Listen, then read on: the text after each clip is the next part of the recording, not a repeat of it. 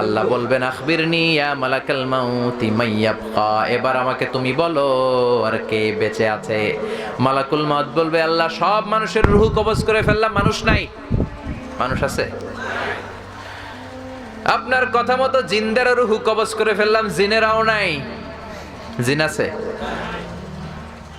এবার আছে শুধু ফেরেশতারা। আল্লাহ বলবেন সব ফেরেশতার রূহ কবজ করো, ফেরেশতাদের রূহ কবজ হয়ে যায়। আল্লাহ বলবেন ইয়া মালাকাল মাউত আখবিরনি মাইয়াবকা, এবার আমারে বলো কে বেঁচে আছে। মালাকুল মাউত বলবে আল্লাহ মানুষ নাই, জিন নাই, ফেরেশতাও নাই, শুধু চারজন ফেরেশতা ছাড়া। কয়জন? ইসরাফিল, মিকাইল, জিবরাইল আর আমি আজরাইল।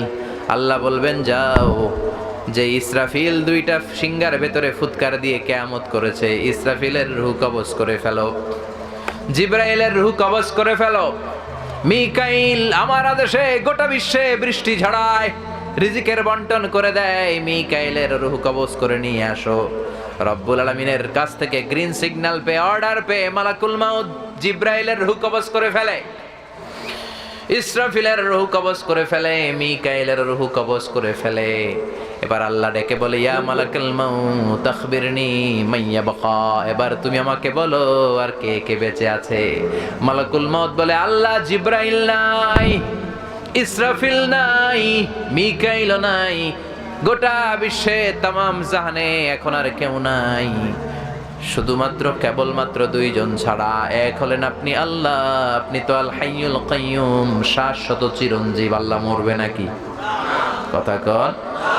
আল্লাহ আপনি হলেন আল হাইয়ুল কাইয়ুম, আপনি বেঁচে আছেন, আর আপনার হুকুমের গোলাম আমি আজরাইল বেঁচে আছি। আল্লাহ বলবেন ও মালাকুল মাউত সবাই রে মারলি, এবার তুই মর, এবার এবার তুই মর, তুই মর। শুনে মালাকুল মাউতের খিচুনি উঠে যাবে, কাঁপুনি ছুটে যাবে। আল্লাহ বলবেন কাঁপুনি দিয়ে লাভ নাই, মর। কাঁদতে থাকবে আর বলবে মাবুদ রে আমি না মারলাম, আমি মরুম কেন? আমি না মারছি সবটি রে, মানুষ মারলাম, জিন মারলাম, প্রাণী কুল মারলাম, মৎস্যকুল মারলাম, পাখিগুলোরে মারলাম, দুনিয়ার সব প্রাণীগুলোরে শেষ করে দিলাম, ফেরেশতাদেরকেও শেষ করে দিলাম, আমার কলিগ ফেরেশতা জিবরাইল, ইসরাফিল, মিকাইলরেও শেষ করে দিলাম, সবাই রে মারলাম, এবার আমি মরুম কেন?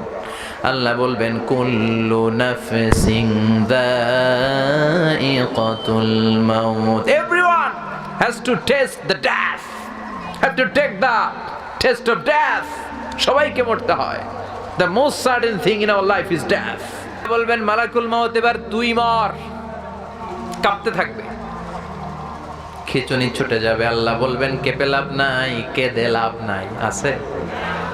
জান্নাত জাহান্নামের মাঝ বরাবর যে দাঁড়াবে। আল্লাহ বলবেন মুত ইয়া মালাকাল মাউত, হে মৃত্যুর ফেরেশতা মর, মর, মরে যা। মর বলার সাথে সাথে মালাকুল মাউত বিকট একটা চিৎকার হেঁকে জান্নাত জাহান্নামের মাঝখানে দাঁড়িয়ে চিৎকার মেরে মরে যাবে। আল্লাহু আকবার।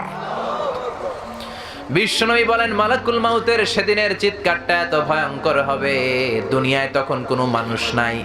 যদি দুনিয়ায় মানুষগুলো তখন থাকতো, কিয়ামতের জন্য ইসরাফিলের সিংহার কোনো প্রয়োজন হতো না।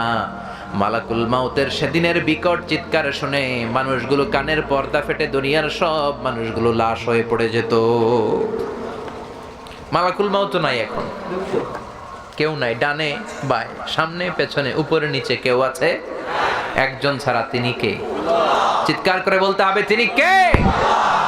এবার আল্লাহ বলবেন ইয়া আরদু আইনা আশজারুকি, ও দুনিয়া, ও পৃথিবী, আইনা আশজারুকি, তোর বড় বড় গাছগুলো কই? বট গাছ, যে বট গাছের মধ্যে মাথা ঝুঁকিয়ে ঝুঁকিয়ে মানুষ শিরিক করতো, এরকম বট গাছ আছে?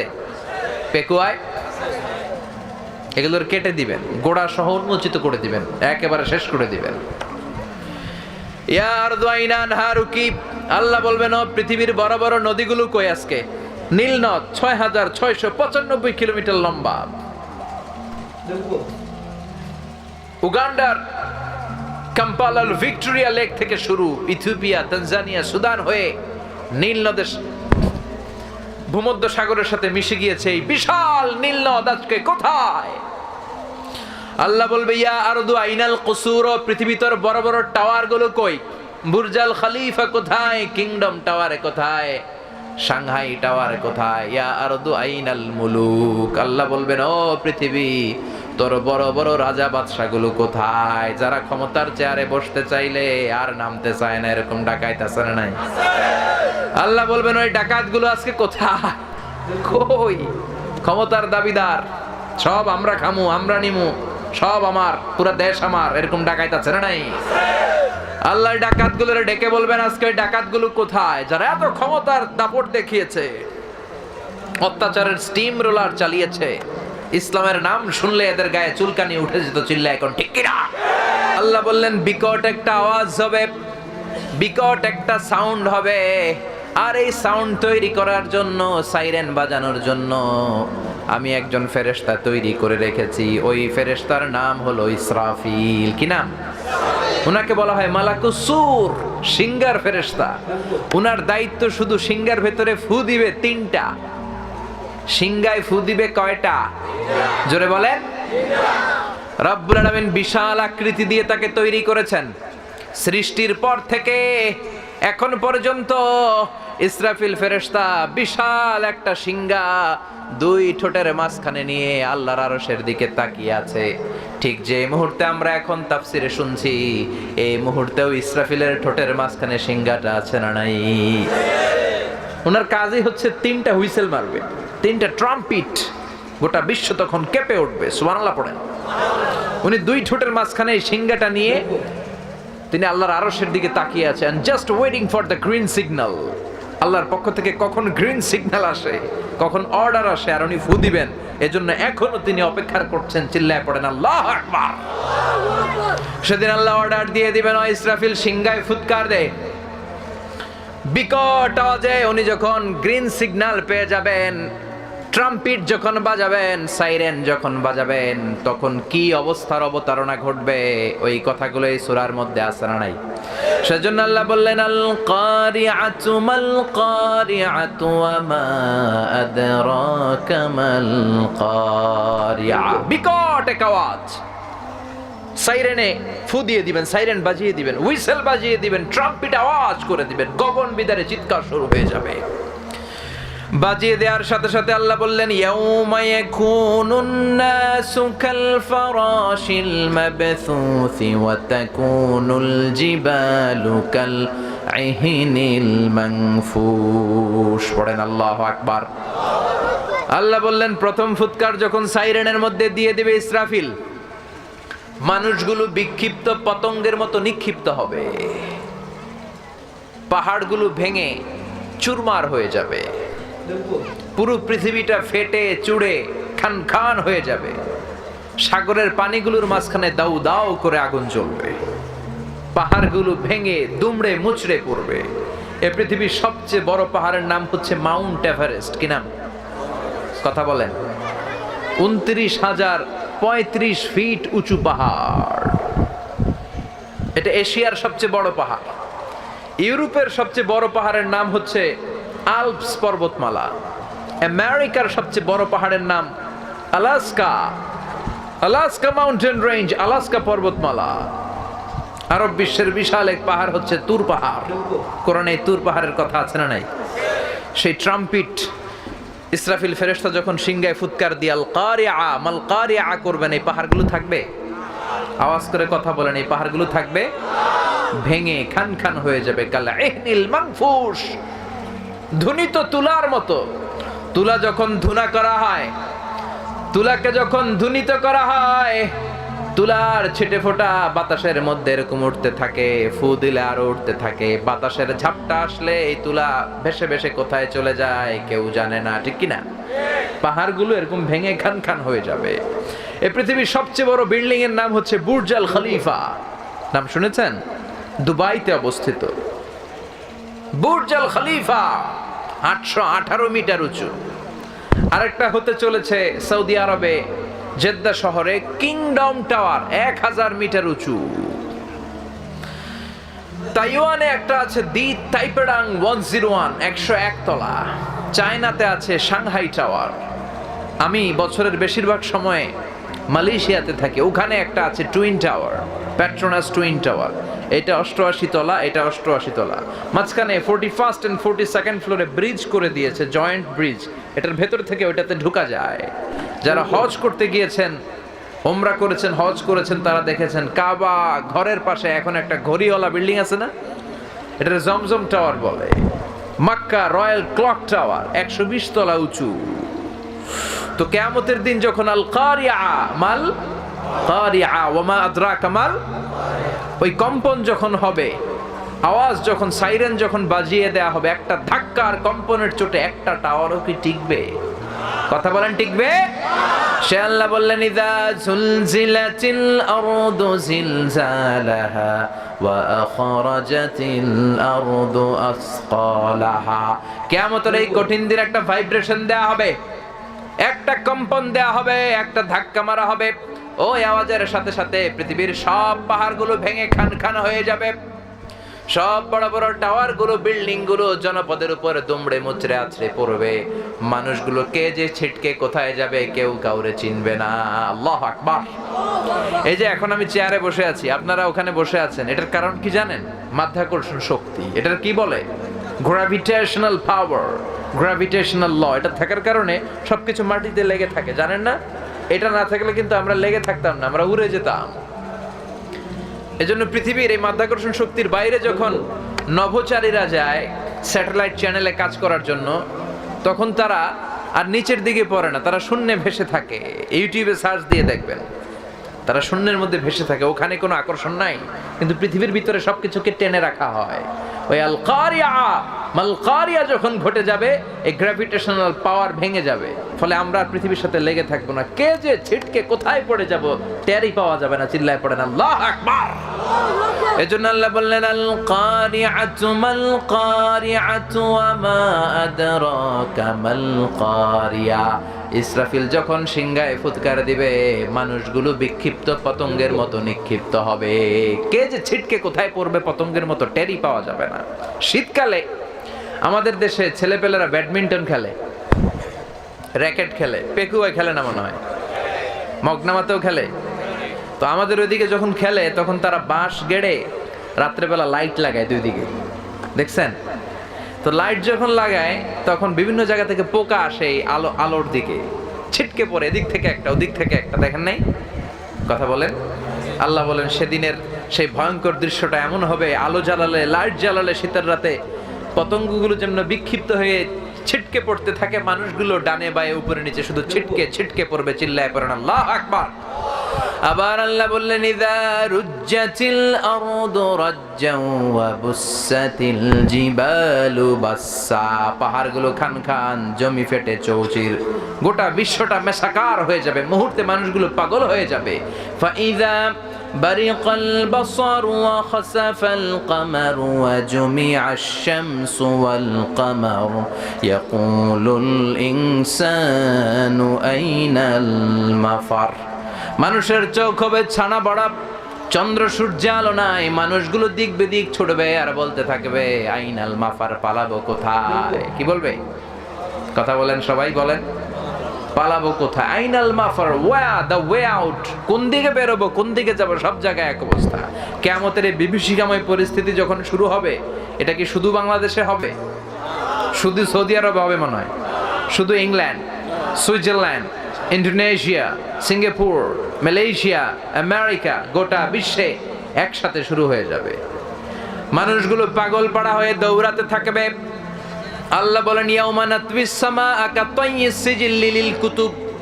কাগজগুলোকে যেমনি আমরা ভাঁজ করি, কাগজ যেমনি আমরা হাতের মধ্যে গুটিয়ে নেই, কিয়ামতের দিন আকাশটারে গুটিয়ে নিবে কে? কিয়ামত যখন হবে তখন কেউ থাকবে টয়লেটে, থাকবে না? কেউ থাকবে ঘুমিয়ে, কেউ সিনেমা দেখবে, দুম্মা চলে দুম, তুঝে দেখা তুহে জানা সানাম, আছে না নাই? ডাকাত, এগুলো দেখবে। কেউ থাকবে রান্নাঘরে, কেউ থাকবে অফিসে, কেউ খেলতে থাকবে। যেই যেখানেই থাকুক না, কিয়ামতের সময় কিয়ামত হয়ে যাবে। এক সেকেন্ড আগেও হবে না, পরেও হবে না। কার কথা? দুধের বাচ্চাকে রেখে মা দিবে দৌড়, দুধের বাচ্চা আছে না এই এলাকায়? এই দুধের বাচ্চাকে মা খুব যত্ন করে রাখে, বুকের সাথে আগলে রাখে, কখনো কোথাও রেখে ফেলে চলে যায় না। কিন্তু কিয়ামতের এই বিভীষিকাময় পরিস্থিতি দেখে আল কারিয়া মাল কারিয়া যখন হবে, দুধের বাচ্চাটারে রেখে মা চলে যাবে। 3 মাসের বাচ্চা, 4 মাসের বাচ্চা, অপরিণত বাচ্চা, অপরিপক্ক বাচ্চা, বাচ্চাটা এখনো বড় হয় নাই, এখনো ডেলিভারির সময় হয় নাই, কিন্তু কিয়ামতের বিভীষিকাময় পরিস্থিতি দেখে 3 মাসের বাচ্চাটারে মা মুহূর্তের মধ্যে ডেলিভারি করে দিবে। মুহূর্তে ডেলিভারি। 3 মাসের বাচ্চাকে ডেলিভারি হয়, 4 মাসের বাচ্চা হয় কয় মাসে? 8 মাস 9 মাস গেলে, চিল্লা এখন ঠিক কিনা? কিন্তু কিয়ামতের বিভীষিকাময় পরিস্থিতি যখন দেখবে মায়েরা, 3 মাসের ছোট বাচ্চাটার, এটা গোশতের টুকরা, এখনো মানুষ হয় নাই, ওইটারে মুহূর্তের মধ্যে ভয়ে পেরেশানিতে ডেলিভারি করে দিবে। চিল্লায় বলেন আল্লাহু আকবার। গোটা বিশ্বব্যাপী যখন এমন পরিস্থিতি, ইসরাফিলকে আল্লাহ বলবেন, ও ইসরাফিল এইবার সিংহার মধ্যে 2 নাম্বার ফু দে। কয় নাম্বার? চিল্লায় বলেন তো এই ফেরেশতারে কয়টা ফু দেওয়ার জন্য বানানো হয়েছে? পেছনের ভাইরাও বলবেন, চিল্লায় বলেন কয়টা দিছে? কয়টা? একটা। আরো বাকি কয়টা? আল্লাহ বলবে এবার 2 নাম্বারটা দে। কয় নাম্বার? ইসরাফিল এবার আবার সিংহার মধ্যে ঠোঁট লাগানো অবস্থায় যখন গ্রিন সিগন্যাল পেয়ে যাবে, 2 নাম্বার ফুৎকার দে।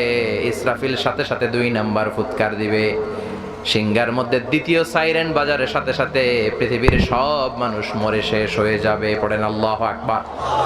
আল্লাহ বললেন, কুল্লু মান আলাইহা ফানি ওয়া ইয়াবকা ওয়াজহু রাব্বিকা যুল জালালি ওয়াল ইকরাম। পড়েন ফাবি আইয়ি আলাই রাব্বিকুমা তুকাযিবান। সিংহায় দ্বিতীয় ফুৎকার দেওয়ার সাথে সাথে সব মরে শেষ হয়ে যাবে, একজন ছাড়া। তিনি কে? আল্লাহ মরবে কখনো? তিনি প্রথমেও আছেন, তিনি শেষেও আছেন, তিনি প্রকাশ্যেও আছেন, তিনি গোপনেও আছেন। চিল্লায় বলেন তিনি কে? আল্লাহ বললেন, হুয়াল আউয়াল ওয়াল আখির ওয়াল যাহির ওয়াল বাতিন ওয়া হুয়া বিকুল্লি শাইইন আলিম। তিনি প্রকাশ্য, তিনি গোপন, তিনি প্রথম, তিনি শেষ। ঠিক কি না? সিংহায় দ্বিতীয় ফুৎকার দেওয়ার সাথে সাথে সব মরে যাবে। আল্লাহ বলবেন, ও মালাকুল মাউত, দুনিয়ার সব মানুষের রূহ কবজ করো। সব মানুষের রূহ কবজ হয়ে যাবে। আল্লাহ বলবেন, ও মালাকুল মাউত, সব জিনদের রূহ কবজ করো। সব জিনদের রূহ কবজ হয়ে যাবে। এটাকে ধ্বংস করে দেওয়ার জন্য বিকট একটা আওয়াজ দিয়ে আমি যখন কিয়ামত শুরু করব, ওই আওয়াজটা দুনিয়ার কোনো আওয়াজের মতো নয়। ওই আওয়াজের নাম হলো আল কারিয়া। সুবহানাল্লাহ পড়েন। এজন্য আল্লাহ বললেন, আল কারিআতু মাল কারিআতু ওয়া মা আদরাকা মাল কারিয়া। আল কারিয়া মাল কারিয়া ওয়া মা আদরাকা মাল কারিয়া। ও নবী, আপনি জানেন না কে কারিয়া জিনিসটা কি? কে আপনাকে জানাবে আল কারিয়া কি? যেহেতু এটা মাক্কি সূরা, মক্কায় নাজিল হয়েছে, মক্কার কুরাইশরা এই কিয়ামতের কথা শুনে নাই, সব ধ্বংস হয়ে যাবে এই ব্যাপারে তাদের কোনো জ্ঞান নাই। এই জন্য তাদের অন্তরের ভেতরে জ্ঞানটাকে ঢুকিয়ে দেওয়ার জন্য আল কারিয়া শব্দটা আল্লাহ 3 বার সূরায় উচ্চারণ করেছে। কয়বার? চিল্লায় বলেন। জরুরি কথা আমরা বারবার বলি না? কয়বার বলি? বারবার বলি। বিশ্বনবীও কোন জরুরি কথা 3 বার বলতেন। বিশ্বনবী একবার বললেন, আত্তাকওয়া হাহুনা, আত্তাকওয়া হাহুনা, আত্তাকওয়া হাহুনা ওয়া ইউশিরু ইলা সাদরিহি 3 মাররাত। তাকওয়া এখানে, এখানে, এখানে। এটা বলে তিনি 3 বার ইঙ্গিত করেছেন। কয়বার? সুবহানাল্লাহ কইবেন না?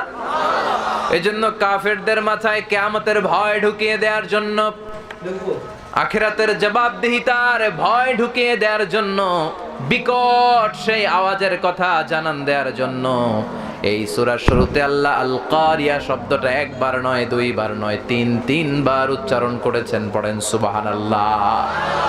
ভয়ঙ্কর একটা আওয়াজ হবে। এটা বজ্রপাতের চেয়ে অনেক গুণ বেশি। ট্রাকের টায়ার পাংচার হলে যে আওয়াজ, তার চেয়ে অনেক অনেক গুণ বেশি। ঘন্টা বাজালে যে শব্দ হয়, তার চেয়ে অনেক গুণ বেশি। আর এই আওয়াজটা হবে একটা হুইসেল দেওয়ার মধ্য দিয়ে। একটা হুইসেল দেয়া হবে, একটা সাইরেন বাজানো হবে, একটা ট্রাম্পিট হবে গগন বিদারী মহাপ্রলয়ের। সুবহানাল্লাহ পড়ে। আর এই হুইসেল বাজানোর জন্য, এই বাঁশিটা বাজানোর জন্য আল্লাহ তাআলা একজন ফেরেশতাকে তৈরি করেছে। এটাকে আরবিতে বলে, ইংরেজিতে বলে ট্রাম্পিট, আরবিতে বলে সুর। ফাইদা নুফিখা ফিস সূরি নাফখা ওয়াহিদা, যখন সেই ট্রাম্পিটের ভেতরে, সুরের ভেতরে, সেঙ্গার ভেতরে একটা ফুৎকার দিয়ে দেওয়া হবে, তখনই হবে আল কারিআ মাল ওয়া মা আদরাকা মাল, তখনই হয়ে যাবে আল কারিআ। যাদের হৃদয়ে আছে আল্লাহর ভয়, তারা কবু পথ ভুলে যায় না।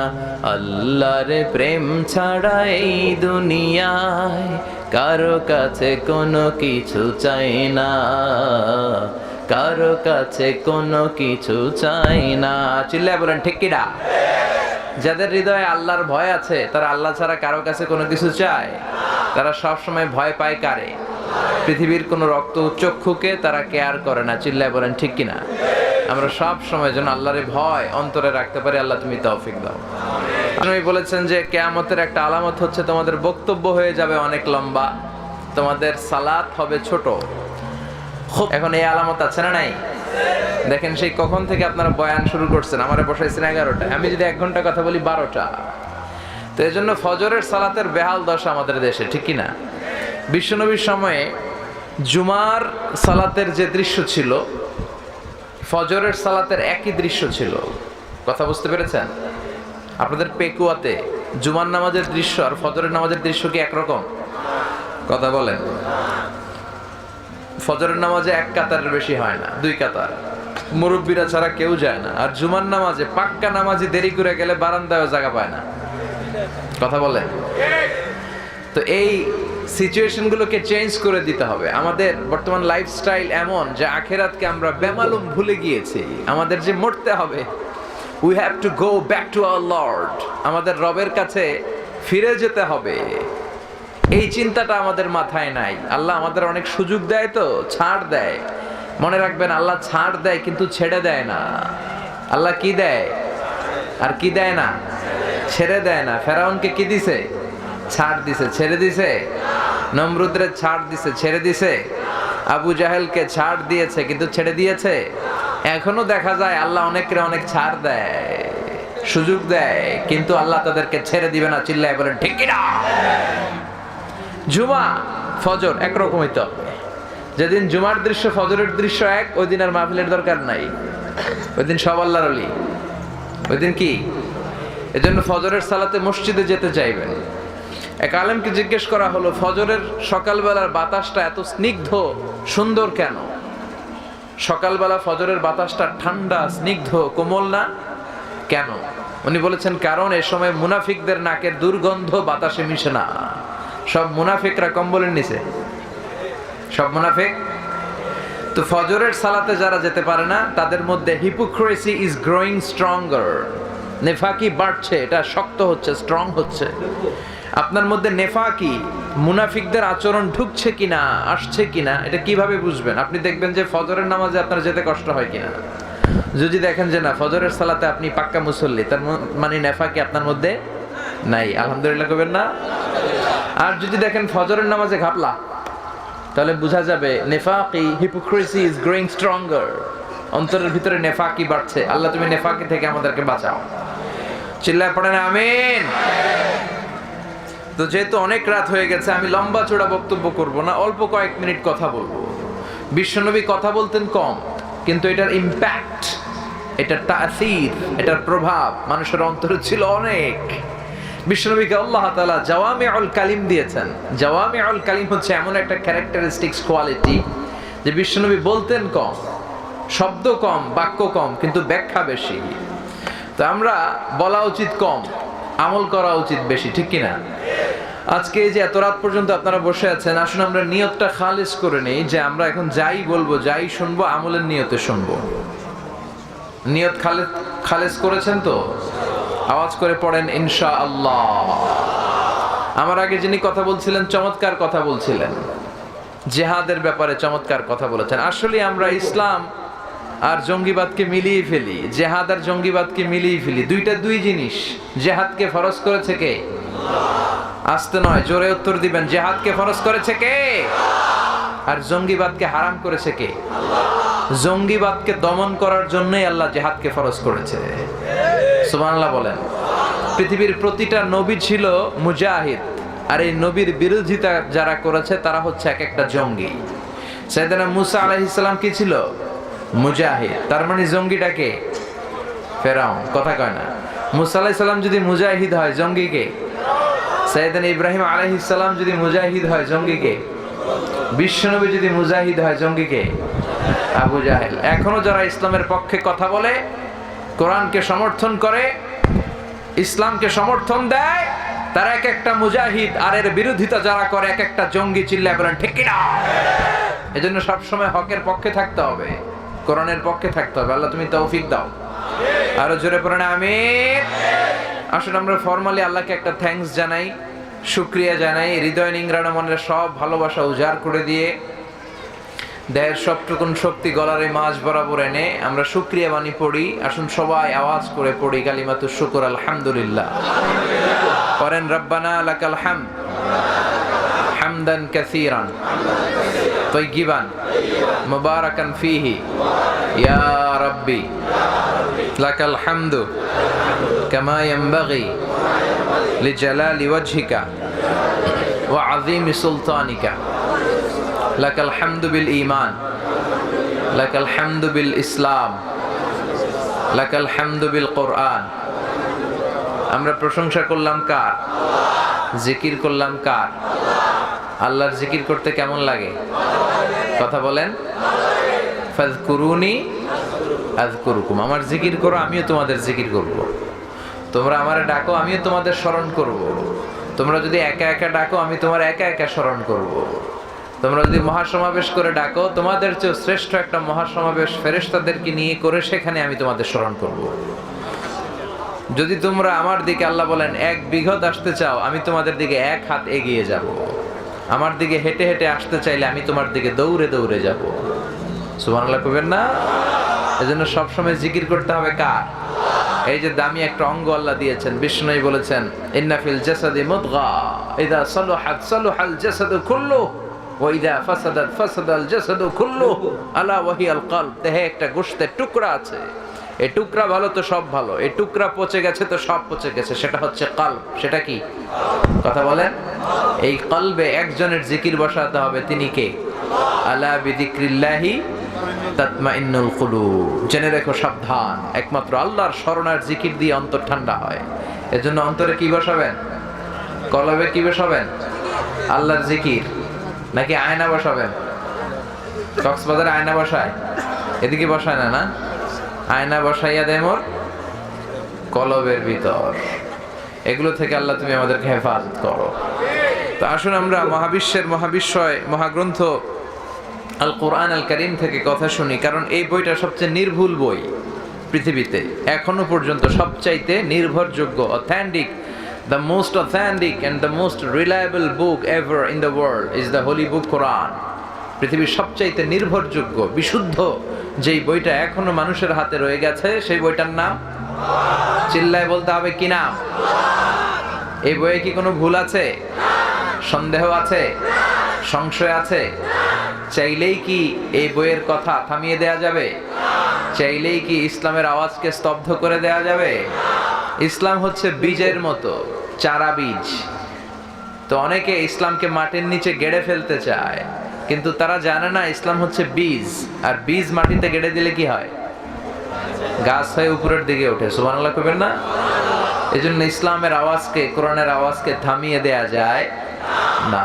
এই কোরআনের যেখান থেকেই কথা বলি না কেন বারাকা, যেখান থেকেই পড়েন না কেন শিফা, যেখান থেকেই পড়েন না কেন রাহমা, মার্সি, ব্লেসিংস, রাহমা, বারাকা আপনাদের উপর নাজিল করবে কে? চিল্লায় বলেন কে? এই কোরআন পড়লে পৃথিবীতে লিড দেয়া যাবে। কি দেয়া যাবে? রিড। তো এই জন্য ছোটবেলা থেকে এই কোরআনটা একটু শিখাইয়া দিয়ে ছেলে মেয়েদেরকে। আপনাদের পেকুয়াতে মক্তবের সিস্টেম, নুরানি সিস্টেম আছে না? আলহামদুলিল্লাহ, এটা আমাদের জন্য রহমত যে কোরআন শিখার সুযোগ আমরা এখনো পাচ্ছি। আল্লাহ এই কোরআন শিখে পড়ে যেন আমরা আলোকিত মানুষ হতে পারি। কোরআন এসেছে আমাদেরকে আলোকিত করতে, আলোকিত মানুষ বানাতে এসেছে, ঠিক কিনা? আল্লাহ তুমি সাই সমঝ দান করো। আমরা সবাই পড়ি আমিন। আমি খুতবার শুরুতে ছোট্ট একটা সূরার প্রথম অংশ আমি তেলাওয়াত করেছি। আসুন এই অল্প সময়ে এই সূরা থেকে আমরা নিজেদেরকে আলোকিত করি, আমরা কিছু শিখে যাই, জেনে যাই, আখিরাতের পুঁজিটাকে সমৃদ্ধ করে যাই। আমি সূরাতুল কারিয়ার প্রথম 3টি আয়াত তেলাওয়াত করেছি, আপনারা শুনতে পেয়েছেন না? এই সূরাটা মুখস্থ আছে না অনেকের? আচ্ছা, এই সূরাটি মাক্কি সূরা, সূরাতুল কারিয়া মাক্কি সূরা। কি সূরা? আগে বলেন সূরার নাম কি? কয় সূরার নাম মাক্কি? সূরার নাম হচ্ছে সূরাতুল কারিয়া। সূরার নাম সবাই বলেন আল কারিয়া। আওয়াজ নাই, কষ্ট হয়ে যাচ্ছে বোধহয়, আওয়াজ তুলে পড়তে হবে। আল কারিয়া, মাল কারিয়া, ওয়া মা আদরাকা মাল কারিয়া। সুবহানাল্লাহ পড়ে। তো এটা হচ্ছে মাক্কি সূরা। এটা কি? কথা কন, আরো জোরে বলেন, কি সূরা? আমি এক পেশে আলোচনা করতে জানি না, মানে আমি বলবো আর শ্রোতারা ঘুমাবে, আই ক্যানট ডু দিস, আমি এটা করতে পারি না। আমিও বলবো, আপনারাও গেবেন, তবে যখন আপনাদেরকে বলতে বলা হবে তখন বলবেন। এই সূরাটি মাক্কি সূরা। চিল্লায় বলেন, কি সূরা? বিশ্বনবীর জীবনের 2টা ইনিংস। কয়টা ইনিংস? একটা মাক্কি ইনিংস আর একটা মাদানী ইনিংস। 2টার পার্থক্য আছে। ইনিংস বললে ছেলেপেলেরা বুঝবে ভালো, কারণ ক্রিকেট খেলে সবাই, তাই না? ক্রিকেটে ফার্স্ট ইনিংস, সেকেন্ড ইনিংস আছে না? তো বিশ্বনবীর জীবনেও 2টা ইনিংস, একটা মাক্কি ইনিংস আর একটা মাদানী ইনিংস। মাক্কি ইনিংসে বিশ্বনবী ধীরে ধীরে খেলেছেন। ক্রিকেট খেলায় মাঝে মাঝে বেশি উইকেট পড়ে গেলে ঠেকায় খেলতে হয় না, যাতে উইকেট না পড়ে। কথা কয় না? ক্রিকেট খেলো।